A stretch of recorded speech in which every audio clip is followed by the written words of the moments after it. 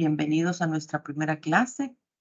Esta semana, pues prácticamente es la primera clase que vamos a tener ya con contenido programático acerca de nuestra asignatura de Ley Procesal de Familia. Así que espero que hayan leído lo que la semana pasada les ubiqué en el aula, que tiene que ver con todo el contenido, el diseño instruccional, nuestros valores institucionales, eh, la misión, la visión, la ruta de aprendizaje, que es la que nos va a determinar precisamente cuál va a ser nuestro sistema de evaluación. Si se fijaron, en la ruta de aprendizaje hay actividades que van a ser evaluadas. Esas actividades son estrictamente prácticas, es decir, que con base a lo que vayamos viendo en nuestro contenido programático, vamos a ir realizando cada una de esas actividades. La idea es que llevemos a la par de la teoría la práctica y que no nos perdamos solamente en llenarnos de conocimientos sin saber cómo ponerlos en la vida práctica profesional. En ese sentido, pues es muy importante que todos conozcamos acerca de lo que vamos a desarrollar. Y parte fundamental de eso es, señores, que para poder desarrollar la asignatura de Ley Procesal de Familia, tenemos que tener nosotros bien claro todo lo relativo a derecho de familia. Ojo con esto que digo, que lo estoy repitiendo y que lo voy a repetir las veces que sea necesario. Es importantísimo el que ustedes conozcan, dominen, recuerden cada uno de los conceptos vistos allá en derecho de familia. No podemos venir aquí a hablar de una ley procesal, es decir, no podemos hablar del derecho adjetivo o procesal sin conocer la parte sustantiva del derecho de familia, es decir, identificar cada una de sus instituciones, el saber, ¿verdad? Precisamente qué es la autoridad parental, por ejemplo, qué incluye la autoridad parental, cuáles son las causas de pérdida de autoridad parental, cuáles son las causas de suspensión y sobre todo distinguir las consecuencias entre la suspensión y la pérdida. Una institución, señores, de la cual estoy hablando, nada más a medida o a manera de ejemplo, pero ustedes saben que son muchas más las instituciones que estudiaron allá en Derecho de Familia y que por tanto acá no podemos alegar ignorancia de eso. Ojo, no olvidemos algo que aprendieron allá en Introducción al Estudio del Derecho. El derecho es cambiante. El derecho debe de irse ajustando a la realidad social y cultural de la sociedad. Licenciada, ¿y por qué nos dice eso? Porque ustedes saben los cambios que hay actualmente en nuestra legislación de familia, en tanto que existe una nueva ley, ¿verdad?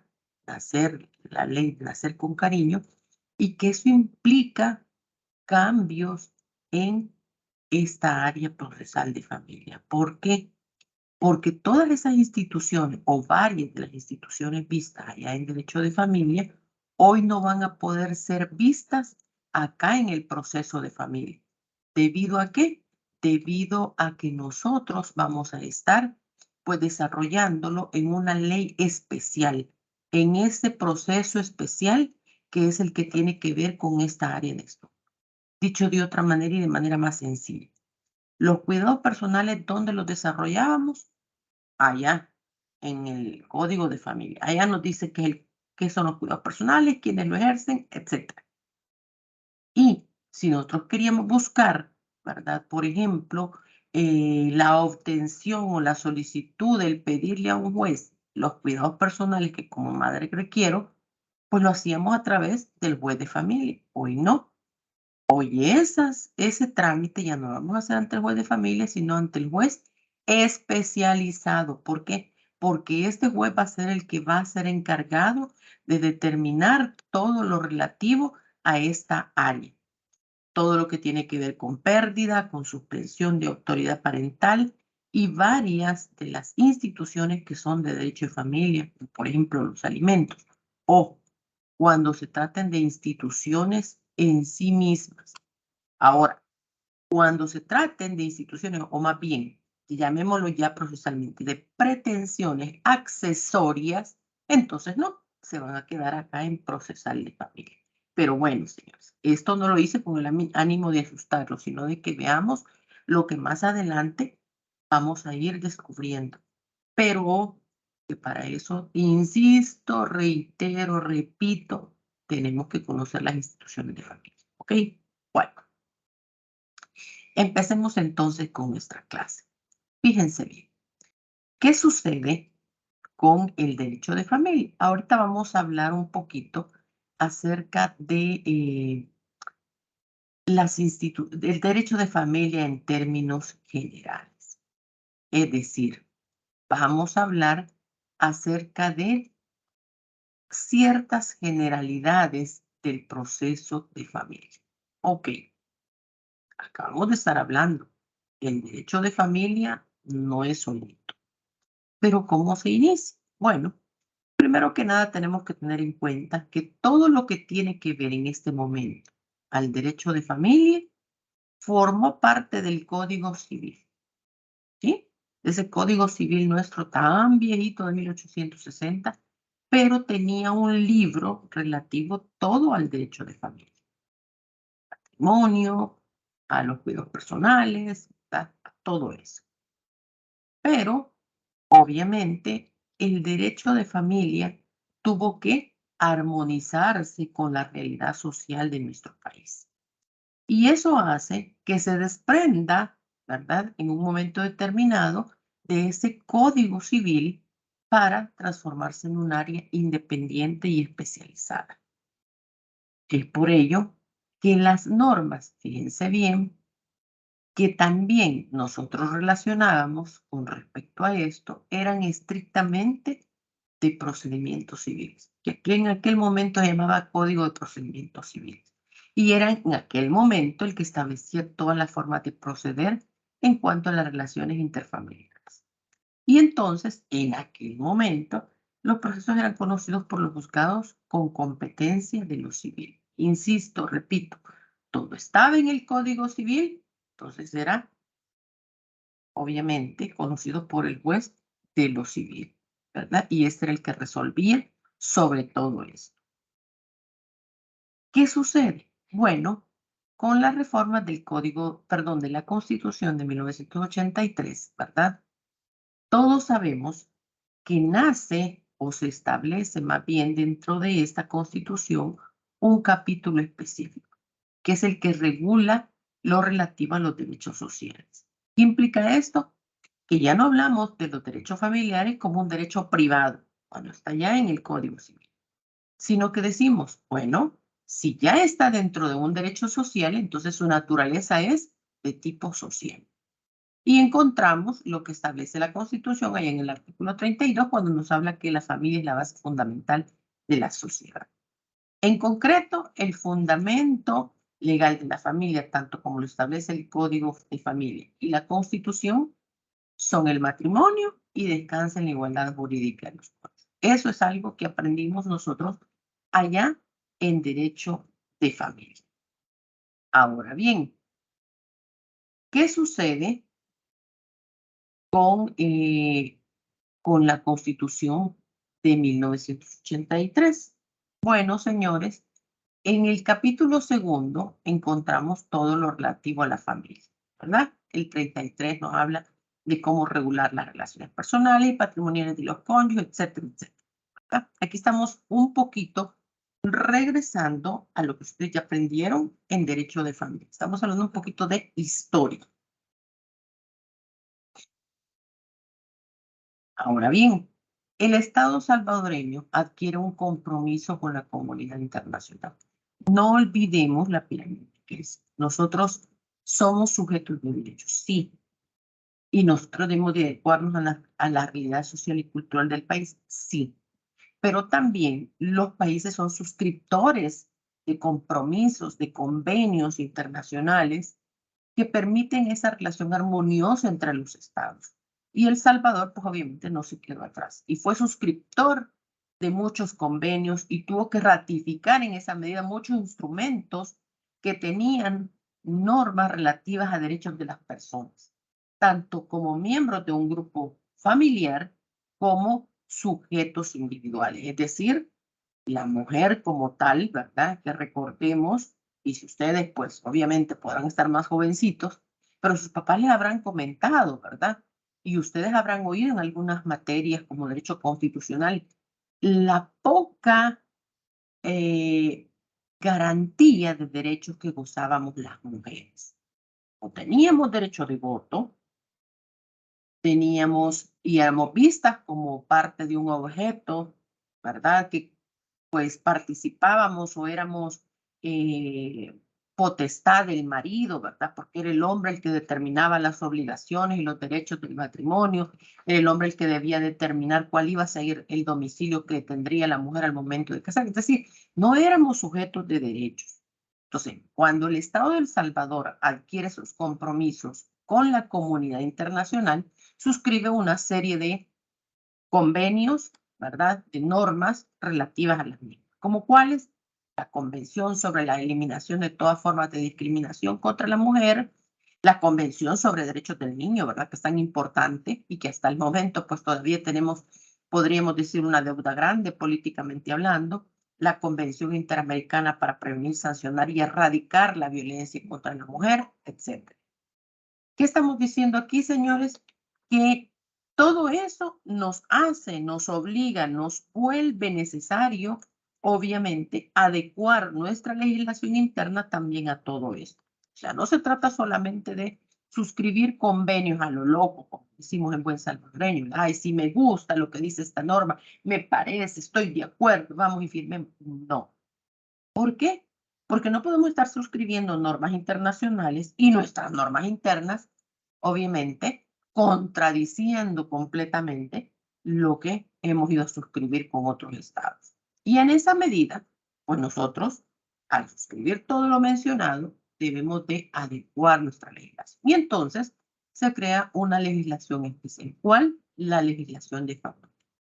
¿Qué implica esto? Que sustraemos todo lo que estaba ahí en el Código Civil, ¿verdad? Y que era parte de un derecho privado, y lo extraemos para conformar una nueva norma. Una norma denominada Código de Familia, sobre la base de principios igualitarios, democráticos y unitarios.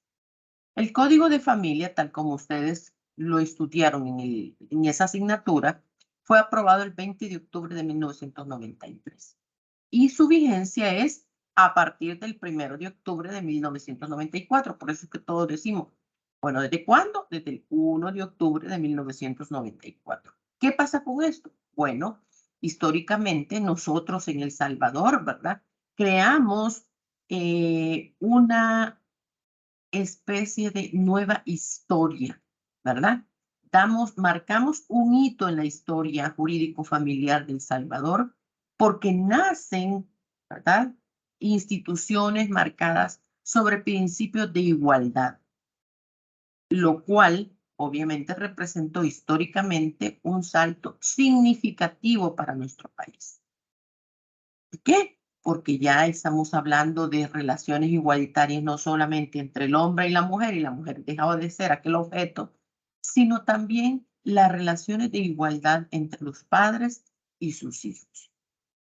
Ustedes habrán oído que allá, pues bueno, por la época de nuestros abuelos decían, ¿cómo dice la partida de tu abuelito? Dice, fulanito de tal, hijo natural. Fulanito de tal, hijo ilegítimo.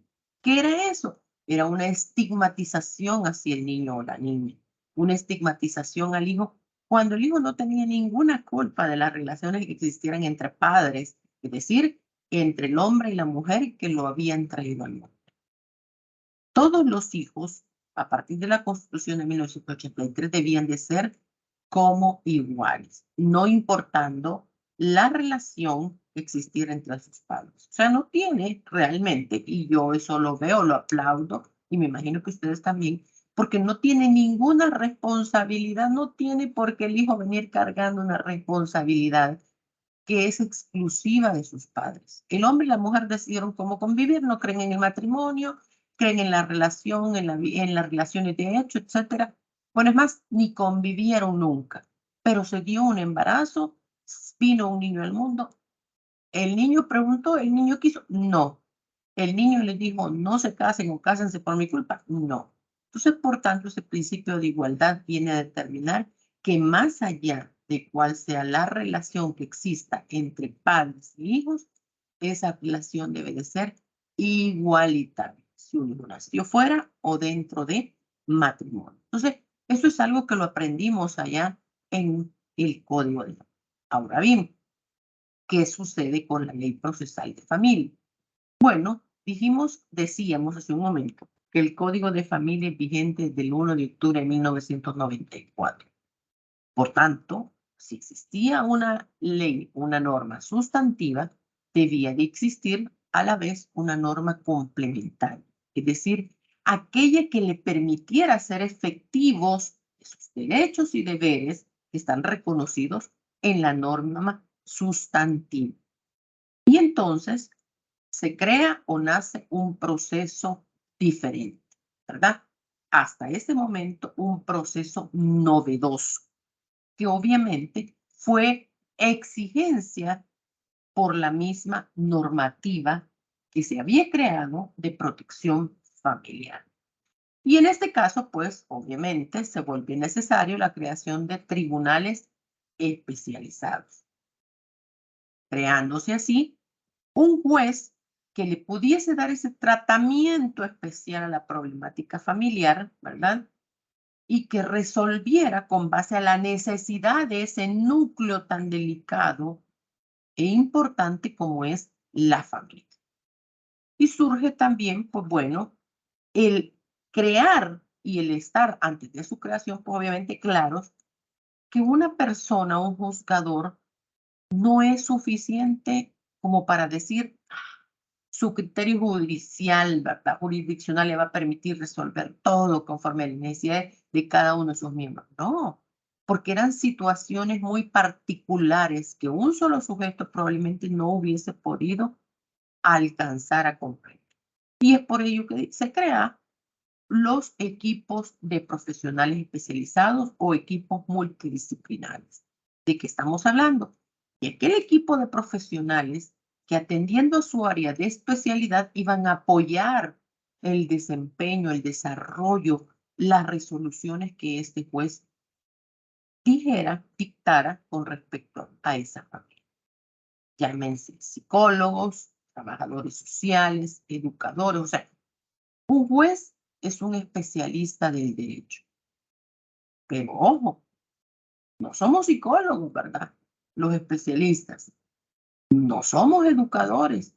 Bueno, de hecho, acá su servidora está a ustedes transmitiéndoles conocimientos, pero realmente tengo esa habilidad que puede tener un docente, dada su formación profesional. No.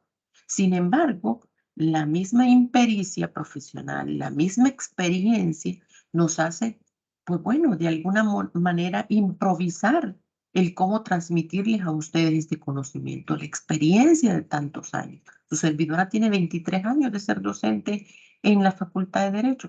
¿Qué quiere decir eso? Pues bueno, que cada día he ido aprendiendo cosas nuevas.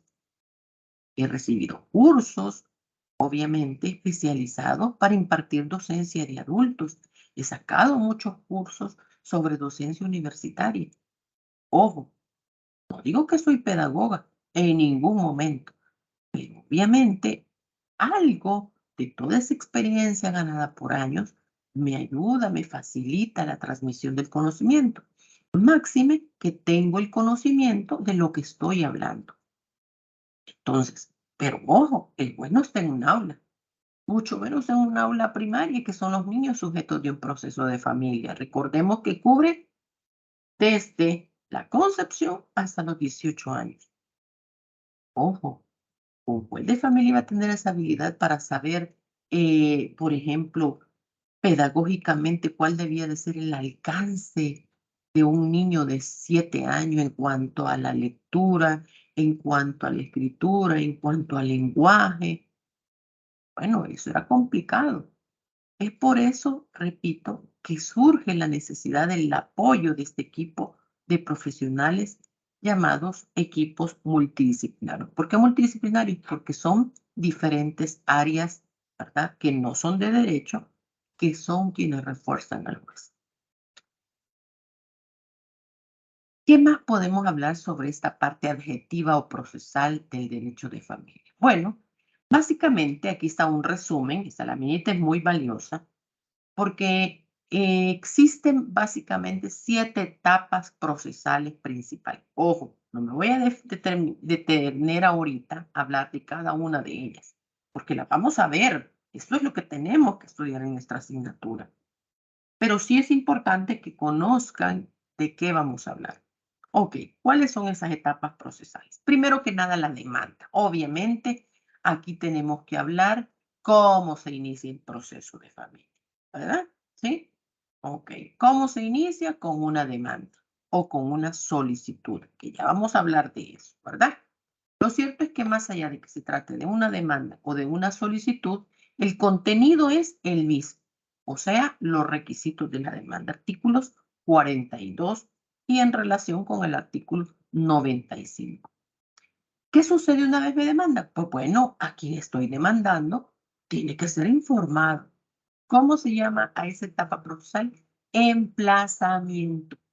Es decirle, ¿verdad? ¿Quién lo está demandando y por qué lo está demandando? Emplazamiento. Artículos 34 y 95 de nuestra ley procesal de familia. Ok, ya le contamos, ya fue emplazado. ¿Qué continuaría? Que nos conteste. Él tiene el derecho de contestar. No olvidemos lo que aprendimos en constitucional. Principio de igualdad jurídica. ¿Sí? Si a usted lo demandan, pues tiene derecho a conocer de que lo demanden y a contestar si son ciertos o falsos los hechos establecidos en esa demanda. Se contesta la persona que ha sido demandada. Inmediatamente el juez debe de hacer una valoración, una evaluación de esa demanda, así como de su contestación. Ese análisis, ese estudio, es el examen previo que realiza el juez. Artículo 98. ¿Qué sucede una vez realizado ese examen previo? Pues bueno, el juez puede citar a las partes para la audiencia preliminar. Esta audiencia preliminar, que la encontramos en el artículo 99 relacionada con el 102, también llamada audiencia conciliatoria. ¿Por qué? Porque en esta audiencia el juez da la posibilidad a las partes que aquello en lo que no estuvieron de acuerdo, ¿verdad? Con respecto a la demanda y la contestación, en esta etapa procesal ellos puedan llegar a un avenimiento, sin ir más allá del proceso, ¿verdad? Audiencia preliminar. ¿Qué sucede si no se resuelve todo en la audiencia preliminar? Pues bueno, irán a la audiencia de sentencia, ¿ok? ¿Qué sucede en la audiencia de sentencia? Bueno, en la audiencia de sentencia el juez deberá resolver sí o sí. Pero acá las partes podrán aportar toda la prueba que habían ofrecido allá en su demanda o en su contestación. Llámense testigos, llámense prueba pericial, etc. ¿Verdad? ¿Qué sucede? Fíjense bien, si la resolución emitida no es del total agrado de las partes. Bueno, obviamente tienen derecho de apelar de esa resolución. Y entonces viene la impugnación de la sentencia, por medio, obviamente, de la interposición de los recursos. Y, pues, si esos recursos se mantienen o no se mantienen, hay alguna modificación, pues entonces, una vez resuelto, viene la fase de su ejecución, ¿verdad? Ojo, señores. Básicamente, estas son las etapas que vamos a estudiar dentro del proceso de familia. Acá está un breve esquema en el que ustedes pueden evidenciar lo que hemos venido hablando, ¿verdad? La demanda, ¿ok? Esto lo vamos a estudiar, ¿verdad? Allá hablamos de las etapas, aquí está un poquito más amplio.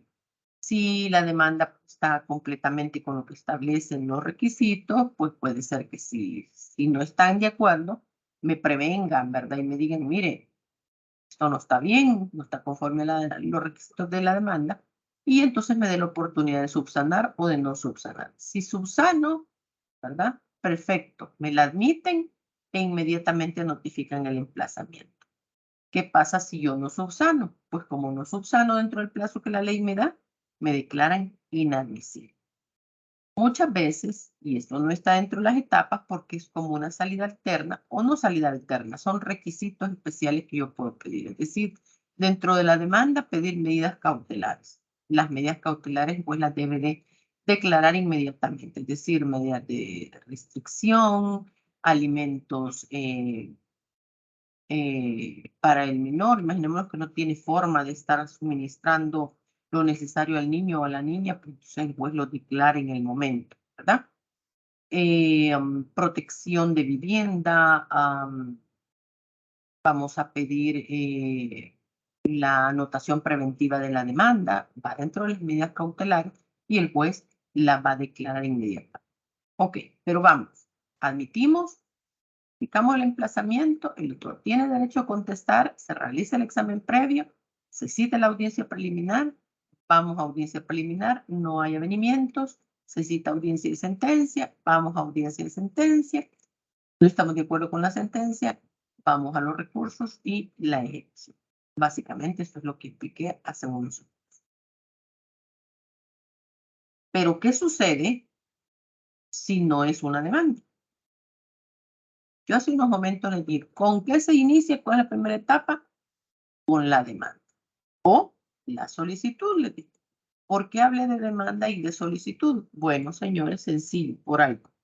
Y es que nosotros, fíjense bien, si estamos hablando de un proceso, es porque hay controversia, porque hay litigios, porque no hay acuerdo total entre las partes. Y entonces, por eso hablamos de demanda y contestación de demanda.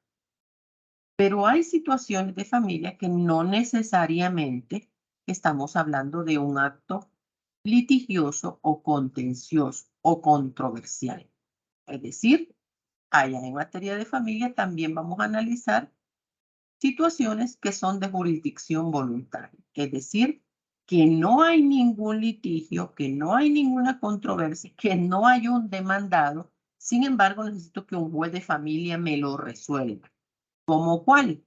Bueno, señores, sencillamente el ejemplo más práctico, el divorcio por mutuo consentimiento. Si se recuerdan, ahí el mutuo consentimiento dice que los solicitantes van a pedir, ¿verdad? Perdón, van a suscribir un convenio que va a contener las cláusulas mínimas que establece el Código de Familia, pero sobre la base de acuerdos, ¿sí? Acuerdos. Ahí los dos ya llegaron a acuerdos. ¿Cuál es el primer acuerdo? Divorciarse. ¿No tienen hijos? Entonces lo principal es el divorcio. ¿Hubieron hijos? Sí, pero los hijos viven con la madre y así quieren que queden. Él le da $400 mensuales, así quieren que queden. Los alimentos él los va a estar aumentando 10% anual, así quieren. O sea, llegaron a acuerdos totales. Entonces, ¿para qué vamos a ir a un proceso contencioso? Perdón, ¿para qué vamos a ir a un litigio? Y son acuerdos de lo que son. Esa es una diligencia de jurisdicción voluntaria. No hay demandante, no hay demandado. Son solicitantes. Los dos lo piden. Mi nombre es Lucía del Carmen Zelaya Iraíta, ¿sí? Pero fíjese que a mí todos me conocen por Lucía del Carmen Iraeta Zelaya. ¿Qué es eso? Una identidad. Crea una doble identidad. Porque son dos personas distintas. Lucía del Carmen Zelaya Iraeta o Lucía del Carmen Iraeta Zelaya. Mire, yo no tengo para pagar un notario. Entonces quiero que mi partida de nacimiento esté marginada con una identidad para que indistintamente de cómo esté mi título, de cómo esté esta constancia, de cómo esté este carnet, se sepa que es una misma persona. ¿Eso a quién se lo voy a pedir? Al juez de familia. Pero no estoy demandando a nadie, solo estoy pidiendo al juez que se establezca esa identidad entre mis dos nombres. Eso es una diligencia.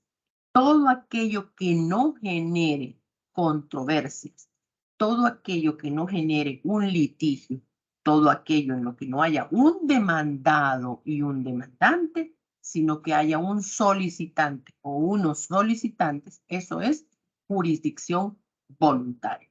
Entonces, obviamente, como no hay demandante ni demandado, no podemos hablar que se inicia con una demanda. Se inicia con una solicitud.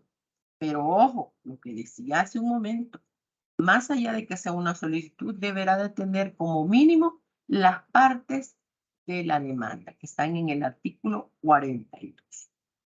¿Qué sucede con la solicitud? Bueno, al igual que la demanda, deben de analizarla y ver si tiene prevenciones o si no las tiene. Las prevenciones se dan cuando no están acorde a lo que establece el artículo 42. Pero puede ser también que esas prevenciones no existan porque la solicitud está perfecta. No hay nada que decirle a la parte que la presentó que debe de corregir. Entonces, se la admitirán. Y acá de la solicitud nos saltamos a la admisión. Una vez admitida, ojo, vamos a ir a una audiencia única, audiencia de sentencia. Ojo, aquí no hay audiencia preliminar. ¿Por qué? Porque si se recuerdan, yo les dije que la audiencia preliminar era como una audiencia conciliatoria, ¿verdad? Pero aquí no hay nada que conciliar porque es una petición que yo le estoy haciendo al juez y que el juez así hará la valoración necesaria para ver si me concede o no lo solicitado. Entonces, eso se resuelve de una vez en una audiencia de sentencia. Mire, licenciada, ¿y si hubieron testigos ahí los va a presentar? Sí, porque es una audiencia de sentencia y los testigos solo se presentan en audiencia de sentencia, nunca en audiencia preliminar. Entonces nos damos cuenta cómo, aunque hablemos de procesos de familia, ¿sí? Y los conozca el juez de familia, vamos a distinguir en esas dos situaciones. Cuándo va a ser un proceso y cuándo va a ser una diligencia de jurisdicción voluntaria. Ojo, ¿sí? Uno es porque hay controversias, hay litigios, proceso. En el otro no hay controversias, no hay litigios, por tanto no hay demandados ni demandantes. Aquí son demandante y demandado, aquí son solicitante o solicitantes. ¿Ok? Eso es, señores, para establecer y distinguir entre lo que serían las diligencias de jurisdicción voluntaria y el proceso de familia.